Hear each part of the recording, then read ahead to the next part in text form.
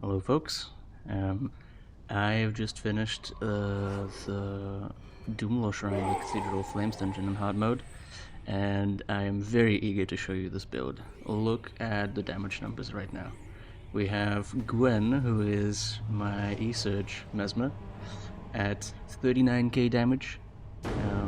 Norgu, who is the Panic Mesmer, understandably so, half the damage of Gwen.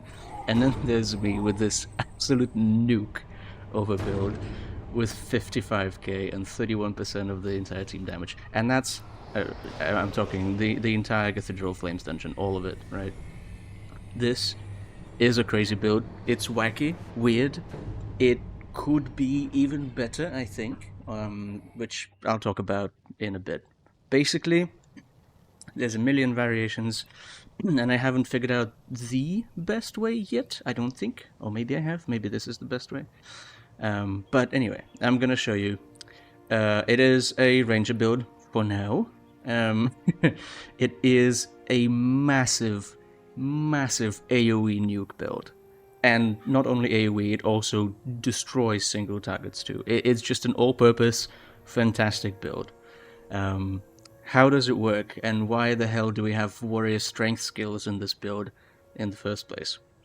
So, the whole premise of the build is the correlation and the interaction between Ignite Arrows, the preparation that does 17 points of damage in an AoE around around the target every time your arrow hits, and Banner of Honor, Ebon Battle Stand of Honor. Those two somehow, for some reason, work together and add up the damage together. And okay, this is an entire shtick. I'm gonna actually go to Great Temple Balthazar, and I'm gonna show you exactly what is happening there and why this works the way it does. My inventory is full, but screw it, whatever. In essence, the Battle Standard of Honor applies to each individual package, or packet, I should say, of damage that you apply. And because Ignite Arrows applies damage separately, Battle Standard also enhances Ignite Arrows on top of your actual arrows, which is quite disgusting. So let's see. First, let's just shoot the guy. We have a Vampiric Bow, so it's 5 and 24, 535, you know, whatever, classic stuff. Nothing too weird. Then we add Ignite Arrows, and then we're suddenly doing 17 is the Ignite Arrows damage, and then whatever the random number is, that's the arrow attack, right? So, fairly standard, but now we add this, and suddenly, boom, 32, 31, 32, 31. 31s are 17 from the Ignite Arrows, plus the 14 from a Ebon Battle Standard. And whatever the floating number is, the 30, 20 something, that's just our arrow. So, what happens if we do Ignite Arrows, plus Battle Standard, plus a triple shot? This is disgusting. This is exactly what happens. So, that's the basis of the entire build. And I know it's a fairly commonly known interaction, I think. At least people who like dig into this shit do know it. But that's the idea. I was trying to make kind of like, you know how in roguelikes when you have like big single hits versus like small multiple hits, and small multiple hits benefit a lot from like constant damage upgrades rather than percentage. This is the same kind of here. I wanted to make a sort of sprinkle many numbers together kind of build, and it actually worked. So how does it function? We have, as I said, Ignite Arrows plus Battle Standard. Now we want to create as many attacks as possible using those, using these two things, right? So the best way to do that, obviously we cannot use Barrage or Volley because that would cancel Ignite Arrows. It is pretty decent still, but it's a different build entirely, right? So we can't do that. We can do Incendiary Arrows, because that hits 3 targets adjacent to each other, and each of them will proc and it doesn't remove your preparation.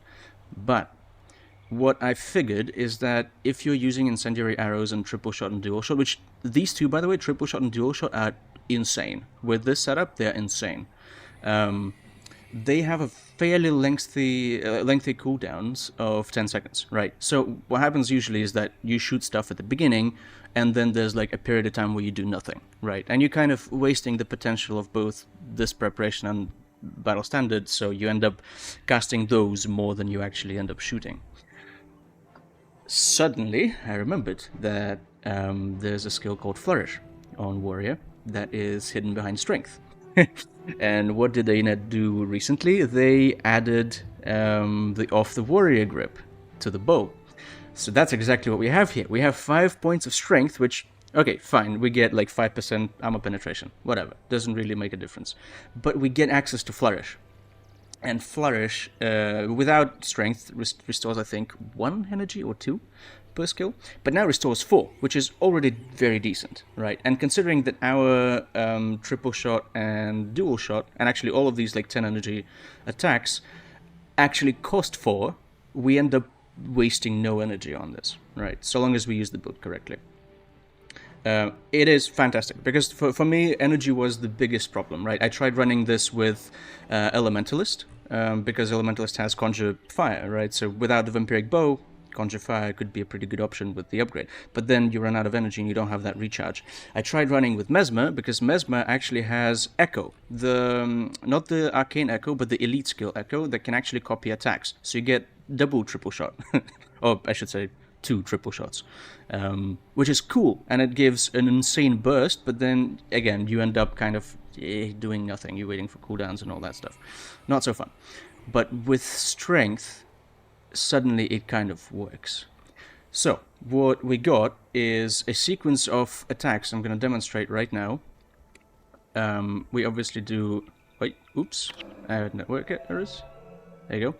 We do our preparation, our standard, and then we go boom once, boom twice, boom thrice, reset cooldowns. You see our energy is back, boom once, boom twice, boom thrice, and then you can even use body shot while waiting, do whatever, boom, and we're back, right? Every single time you can use Flourish, do it. Even if your skills are about to cool off anyway, still use Flourish, because it gives you energy. And you see, right now we're not running out of it too much, right? So, yeah, that is kind of how the build works. It's just an endless sequence of triple dual forked, Flourish, triple dual forked, Flourish, triple dual forked, Flourish.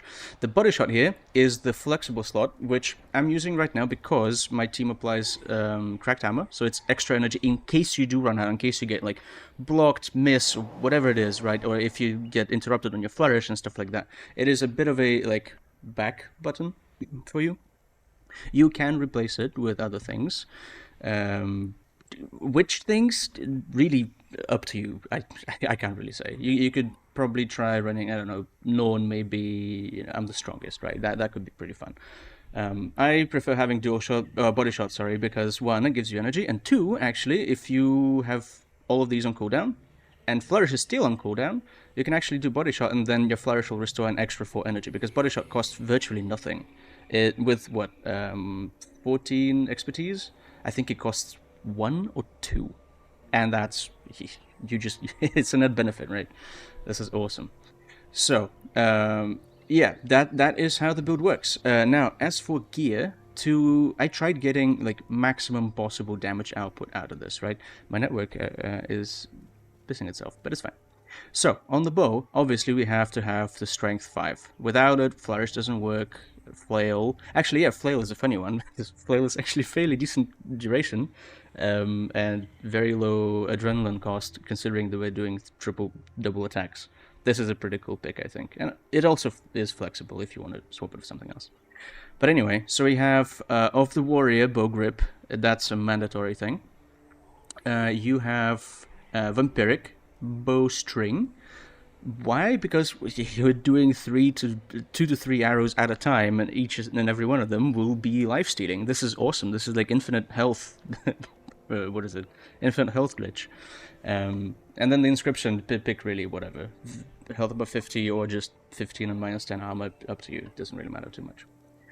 So that's the bow. As for our runes and stuff, and then insignias, we drop marksmanship as far as we can because we kind of don't really care about it so long as it does normal bow damage, right? If you have a Q8 bow, you can drop marksmanship to 8, and then you can actually put some points... oh no, not yet, actually, never mind. But anyway, what I'm saying is that you don't really require it that much. It's not it's a very different build from the sniper one where we are relying on marksmanship and on crit chance. Here we don't. Here all of our damage is coming from ignite arrows and battle standard. Battle standard, by the way, do not forget to recast it. It like quite literally doubles your damage output. Without it, it's whatever numbers. With it, it's disgusting. You actually like one tap groups. I can show you a couple of runs later with enemies, but anyway, so that's that. We have expertise at what 11, I think, and wilderness survival at 11 as well, and we have a +3 on each of them. We have wilderness +3, marksmanship +1 is kind of required because we don't have enough points to actually bring marksmanship to 9, right? So we have marksmanship 8 +1. Expertise, wilderness, survival, 11 +3. And you have 5 strength from the bow, and that's kind of it, really. The rest of it doesn't matter too much. Now, oh god. This build is, in my opinion, one of the most synergetic things. It vibes with like 3 to 4 different character archetypes in your team. So, to begin with, a very small but very useful for you tip is that Blood Power Necro kind of doesn't make a difference to you. Why? Because you're a martial class. Blood Power is never being cast on martials, like ever. Unless you meet like some super giga specific conditions, it's not worth it and it's not going to be cast on you at all. So you either have to do it manually on yourself, which you can do a keybind to make hero number 5 cast skill number 1 on target number whatever, but that's fucking boring. I don't want to do it. It's too nerdy, not useful, right? So leave it be. Let him deal with casters and stuff, and you deal with your own thing. Although if you do use Blood's Power, you might as well then drop warrior, and you might as well go for either Mesmer Echo or Elementalist Conjure stuff. Or you can even go into Ritualist to get Splinter Weapon. But anyway, so Blood's Power doesn't work on you, which means that you have to find an alternative source of like just a little bit of extra energy just in case, which I decided to give it to Zandra, because Zandra does pretty much nothing during the fight, right? She summons the spirits. They take, what, a second or a quarter of a second to cast, and then she does nothing. She just stands and, like, waves her wand. So instead, she's going to cast Weapon of Renewal on you or on somebody else in your party who uses weapons. In my case, that's Pyre Fierce Shot, who is actually playing the sniper build.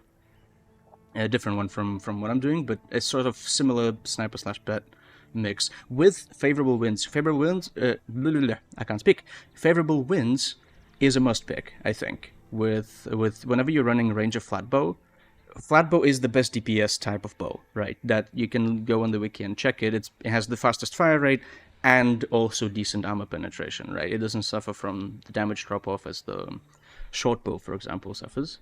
So flatbow is the best bow, but it flies slowly, right? So that's where favorable winds just saves you all the time, right? It's a very useful pick, and this build on Pyre, by the way, is pretty good. He's doing decent damage with it and can actually kill targets.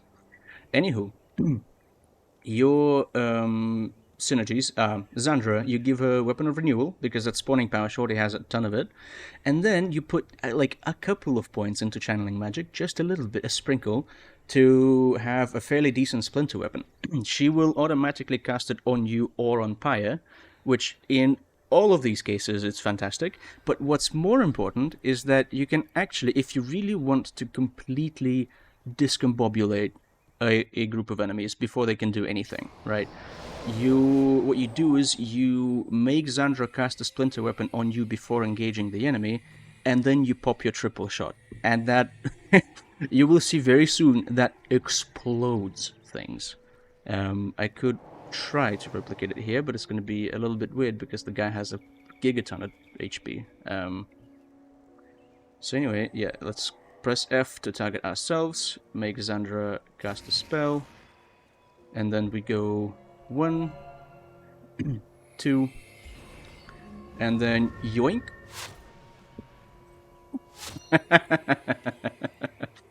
I'm running away to see his output. 104 damage. Yep. All right. 314 damage. That look like that's half HP, right, of everything. And as he says, right, I did 191 damage in one arrow, and that's, I believe, only to him. So that basically got spread almost the same amount onto the adjacent targets as well. So absolutely insane burst. Honestly, this is disgusting. This is borderline unfair. You kill shit so fast that Gwen actually doesn't manage sometimes to cast Energy Surge, which is hilarious to me. But anyway, so with Xandra being one of your synergies with Splinter Weapon, you also can run a Necro, because so you're running the Vampiric Bowstring, right? And Vampiric means that you're doing physical damage, which means that you can have a Necro that has either barbs or what's it called? The pain, something. Mark of Pain, there you go. Basically, a Curse's Necro in your group with like Spiteful Spirit and just classic Necro shit could really, really skyrocket the AoE output.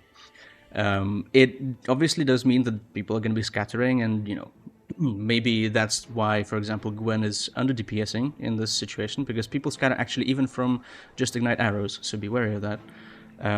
But, oh my god, like, if you, especially if you're playing with a friend, and you can synchronize your burst, the friend can apply Mark of Pain onto the same target that you are launching your arrows at the same time, and suddenly, like, nothing exists anymore. You can actually, I'm very confident that you could actually one-shot groups of enemies in their entirety.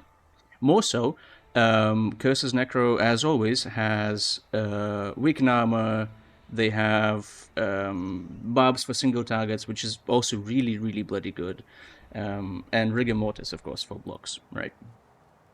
Anyway, one cool trick that I also want to show you. Oh yeah, don't forget to have obviously cracked armor somewhere in your team, as per usual with a with a build like this. So I'm gonna try to go and show you a fight, and I'm gonna try to show you how you have a very cool trick up your sleeve when your healers, or in general your casters, are being pressured. For example, I can actually kind of come back to Doomlaw Shrine and do the dungeon again. When your healers are being pressured by melee, especially when there are like 2-3 melees at once, right? Instead of you focusing the single casters in the back, you turn around and you actually focus the what is it called? Why can't I do the dungeon again? Anyway, what you can do is you can focus on the melee guys, because your Ignite Arrows scatter, right? And when they scatter, they don't attack things. So your backline is actually completely bloody safe, which is crazy. And you can continuously do that because, like, I think scatter happens like every 2 or 3 ticks of damage.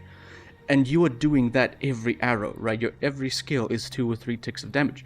So you just shoot them and they keep running around, and then your backline is safe, and then your backline can actually, you know, go deal with their backline and stuff like that.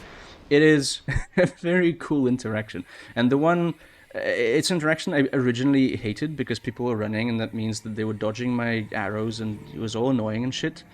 But dude, this is like a very niche trick that is super strong. All right. Against Char, by the way, it is obviously going to be an extreme DPS spike, because Char take even more damage from Battle Standard. But you can see, like, man, come on, this is crazy damage.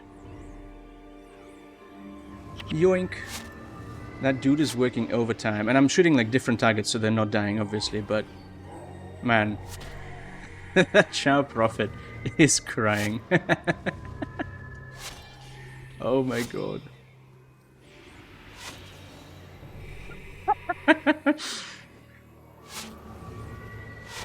This is how to solo Eye of the North hard mode.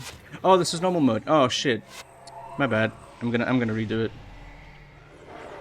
I completely cocked up the sequence of skills. The build does feel a little bit cumbersome sometimes, especially when you're talking about like a long fight. You know, a lot of stuff is happening. You get interrupted and stuff like that. So it can be a little bit tricky to get back into the groove. The way I found easiest for myself was if I do get effectively cock-blocked here, right, I kind of take a little step back, get out of the AoEs and everything, so healers don't have to worry about me, and I also don't get cleaved. And then just reset, you know, do a body shot if you see somebody with a condition, and then you do Ignite Arrows, Event Standard, and then you keep going, right? Just don't forget that casting Flourish without your attacks on cooldown is a complete fucking waste. And casting it on only one attack in cooldown is also a bit of a waste, because you spend 5 energy and get 4 back, right? So cast it always when you have 2 or more skills in cooldown, attack skills specifically in cooldown. Alright. I'm gonna step back into the vibe zone. I can't apparently, but it's fine. You see, the 17s are not as impressive as like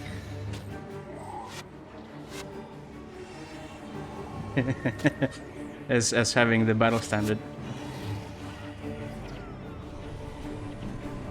Obviously, I will die in my demo as per usual. That was a one shot. Yoink. Yoink.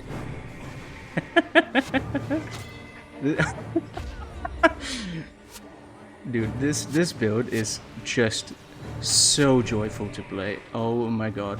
It is like, unironically, one of my favorite things I made recently. It is so beautiful. Anyway, I do hope you like this one. I know it was a mega chaotic video, but nonetheless, have fun. Let me know if you can make a variant and you can improve it. I would actually be interested to see how. My one last note I'll say before I let you go is that I think my ideal version of the build will be on Ritualist, but I don't have the bow, the Anniversary Bow, because Ritualist Anniversary Bow is a flat bow that uses spawning power. And I'll show on Zandra, all you want to do for that build is to have spirit strength. So you pump spawning power to max, right? The same way as we did with a spear, I think. And we do just a little bit, a little sprinkle of channeling magic to get Weapon of Aggression decently lengthy, right? Just so you can upkeep it. And that's it. The rest of it goes into Wilderness Survival, because you literally do not need any marksmanship here at all. You have triple shot, which is a faction reward, dual shot, which is a no attribute skill, forked arrow, no attribute skill, body shot, I think. Yeah, body shot is the marksmanship thing, but you can drop it and you can replace it with spirit strength instead, or actually even something from spawning power, like the Signet of Creation to get energy back, right? But you actually won't even have a problem with energy as a ritualist, because you're a caster, so Bloodless Power Necro will be pumping you up all the time. So, yeah, I think the ideal build will definitely be Spirit Strength plus Weapon of Aggression, maybe Splinter Weapon on occasion. You can actually, yeah, run it yourself, I guess, and just pump stuff. And then the same skills, right? Triple shot, dual shot, forked arrow. And I think, actually, because Weapon of Aggression is a weapon spell, you will use, from Wilderness Survival again, you will use Serpent's Quickness, and that just makes your cooldowns faster. Because it's a stance, right? So I can't run this, for example, with Flail, or this with Expert's Dexterity, because they're all stances, right? But as Ritualist, you can. So yeah, I think that would be the ultimate build. When the next anniversary rolls out and I get my bow, I will definitely try it and put out a video on it. But until then, thank you, enjoy, have a good one, and see you next time.